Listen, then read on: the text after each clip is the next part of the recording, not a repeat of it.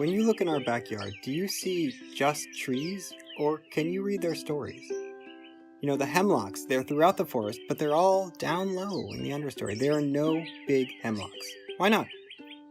Here's another pattern that tells a story.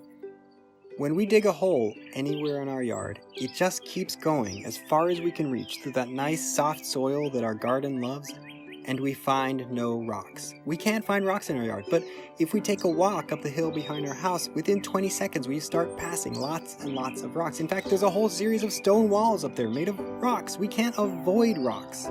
They're the footprints of the glaciers. When the glaciers melted, they dumped this layer of rocks all across the north. That's why farmers 200 years ago had to haul them out of their fields and line their fields with stone walls. So why can't we find rocks in our yard?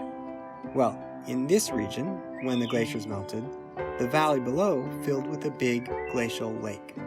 And it seems our house must have been below lake level, where for thousands of years, the lake bottom sediments built up layer after layer on top of those rocks. And that's where our garden soil comes from. Our yard is beachfront property. It's just that the lake has been gone for 10,000 years. We sit up here on these stone walls, looking out over the valley, and we imagine we're still looking across that giant lake.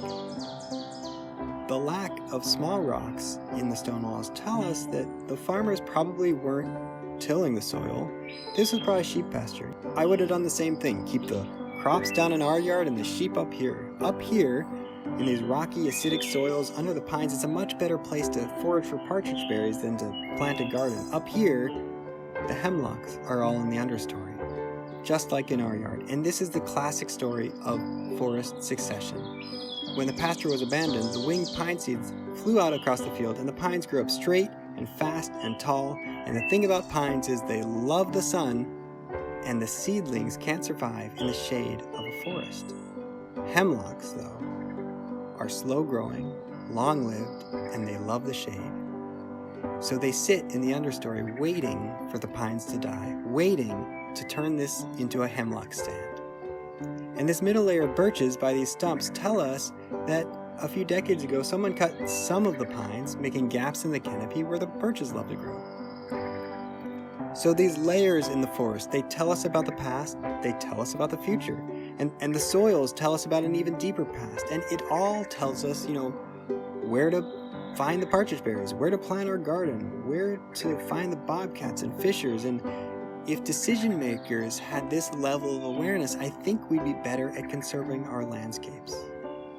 But for me, beyond the practical, it's really about building relationships with our world, and it's about finding meaning.